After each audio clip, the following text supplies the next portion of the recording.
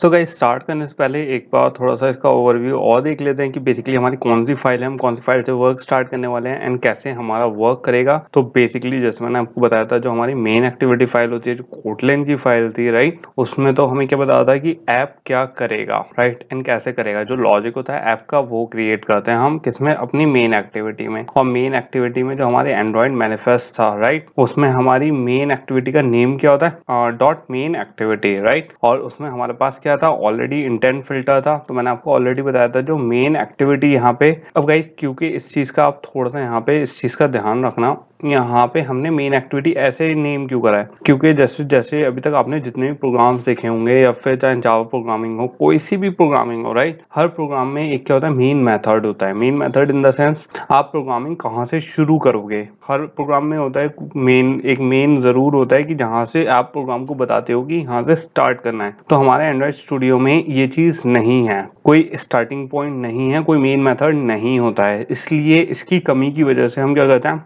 Android manifest में क्या कहते हैं, मेंशन करते हैं मेन एक्टिविटी को कि यहाँ से स्टार्ट होना है। एंड ये बताता कौन है स्टार्ट कहाँ से होना है, जो हमारा लॉन्चर है, जो मैंने आपको ऑलरेडी बता दिया था कि इंटेंट फिल्टर होता है। ये बेसिकली हम क्यों यूज करते हैं, ताकि हम अपने एंड्रॉइड को बता सके कि हमारा जो ऐप है वो स्टार्ट कहाँ से होना है। अब गाइस ये वाले कॉन्सेप्ट मैं थोड़ा सा रिपीट कर रहा हूँ एंड थोड़ा सा एक्स्ट्रा बता रहा हूँ, इसलिए ताकि ये स्टार्टिंग कॉन्सेप्ट हैं गाइस आपको क्लियर होने चाहिए। अगर ये वाले कॉन्सेप्ट आपको क्लियर नहीं होंगे तो आगे बहुत प्रॉब्लम आने वाली है, क्योंकि आगे फिर जब डिटेल में बढ़ेंगे गाइस तो बहुत तेजी से बढ़ेंगे एंड किसी चीज के इन चीजों के बारे में डिस्कस नहीं करेंगे, क्योंकि बहुत बेसिक चीजें हैं। ओके, तो गाइस ये तो हो गई हमारी कौन सी मेन एक्टिविटी एंड कैसे लॉन्च होगी, राइट? इसके बाद ये तो हमारी, अब मैंने आपको ऑलरेडी बताया था कि हमारे दो पार्ट कंसिस्ट होते हैं। एक मेन एक्टिविटी था, दूसरी कौन सी थी गाइस, हमारी XML main underscore activity underscore main dot XML file. वो XML फाइल कौन सी थी, जो हमारी लेआउट फाइल थी, जो हमें क्या दिखेगा हमारे ऐप में वो डिसाइड करके बताती है, राइट?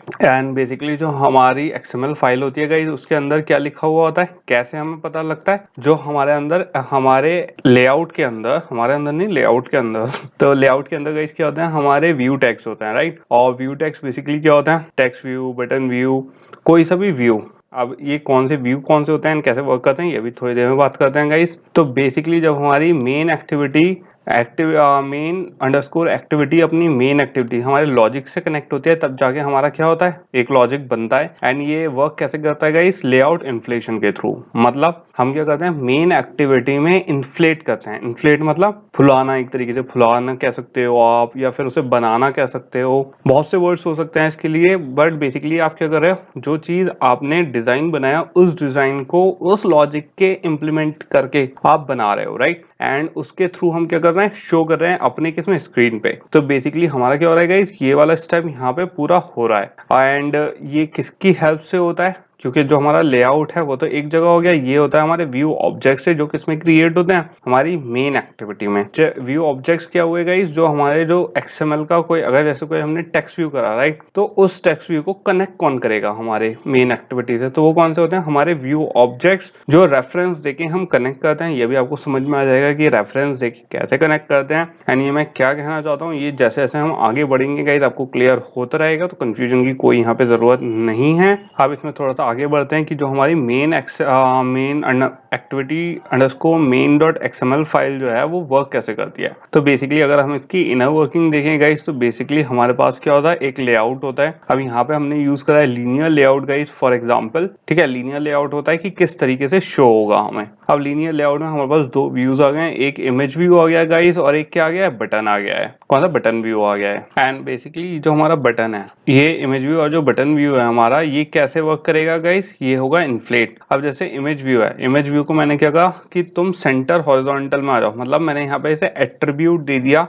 क्योंकि इमेज व्यू आ गया, लेकिन उसमें मुझे डिजाइन भी करना है कि कैसा दिखे, कहाँ दिखेगा, राइट? तो उसके लिए एट्रीब्यूट दे दिया। एट्रीब्यूट क्या करते हैं, हमारी प्रॉपर्टीज ऐड करते हैं। ये इस पे भी क्लियर आउट करेंगे गाइस अभी आगे बढ़ के।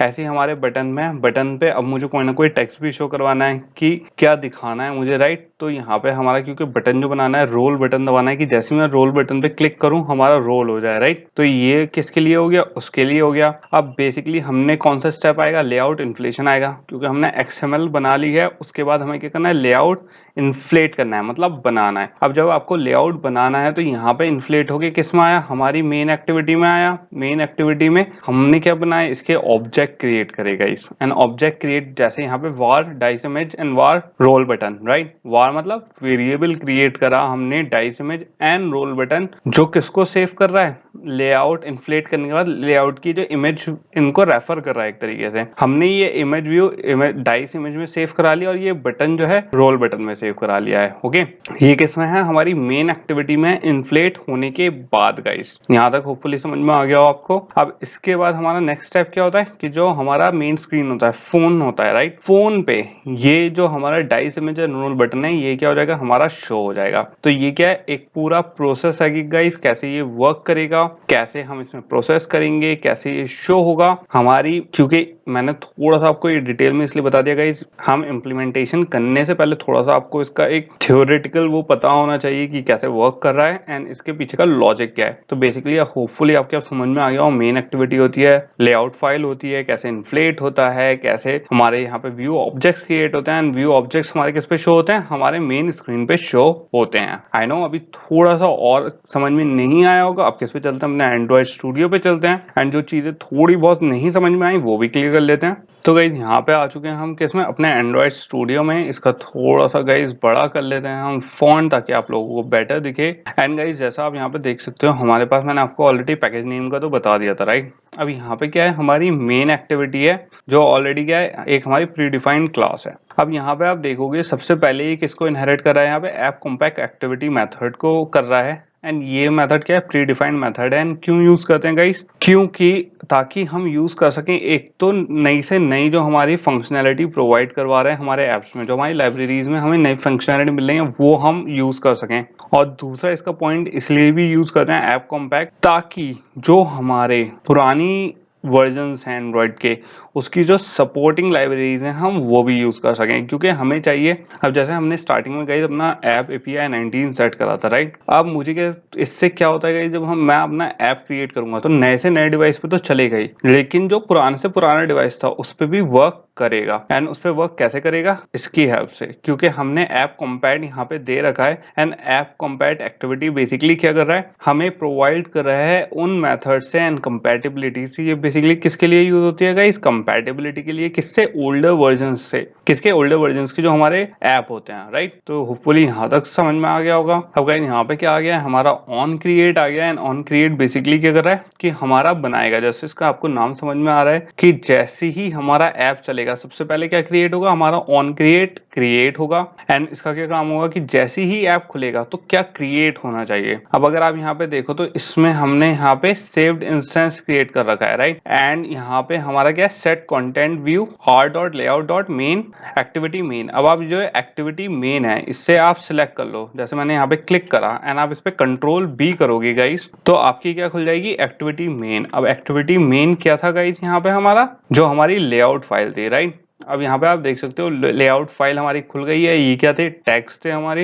ये कौन सा हो गया, लेआउट हो गया। आप यहाँ पे लेआउट कैसे देख सकते हो, यहाँ पे कॉन्स्टेंट लेआउट लिखा हुआ है, राइट। ये क्या है, इसका ओपनिंग टैग है। एंड ये क्या है, इस क्लोजिंग टैग है। एंड यहाँ पे क्या है, हमारे पास एक टेक्स्ट व्यू है। अब गाइस आपको टेक्स्ट व्यू के नाम से समझ में आ रहा होगा, टेक्स्ट व्यू जो हमें क्या देगा, व्यू देगा टेक्स्ट टाइप का। हमारे पास गाइस यहाँ पे सेवरल टाइप्स ऑफ व्यूज होते हैं, जैसे टेक्स्ट व्यू हो गया, बटन व्यू हो गया, image view, checkbox, radio, edit text, progress bar. तो हमारे पास कई सारे व्यूज होंगे जो हम आगे यूज करेंगे। सिंपल ऐसा नहीं होता कि सिंपल एक ही टेक्स्ट व्यू या जो हम यूज करेंगे, हमारे पास सेवरल व्यूज हैं जिनका हम यूज करेंगे आगे कोर्सेज में। अब गाइज अगर मैं इस पॉइंट ऑफ टाइम पे ऐप को रन करूं, राइट, तो आप देख सकते हो इस टेक्स्ट व्यू में हमारे पास क्या है, एक तो टेक्स्ट गिवन है, राइट। और ये टेक्स्ट क्या डिफाइन कर रहा है, हमारा हेलो वर्ल्ड। तो गाइज अगर मैं इसे इस वक्त इमुलेटर पे रन करूं तो हमारा ये जो लेआउट है कुछ ऐसा दिख रहा है कि ये डाइस रोलर ऐप आ गया हमारा। एंड इसमें जो हमारा ये टेक्स्ट व्यू है, राइट, टेक्स्ट व्यू पे जो हेलो वर्ड था वो क्या शो कर रहा है, हमारा यहाँ पे शो कर रहा है।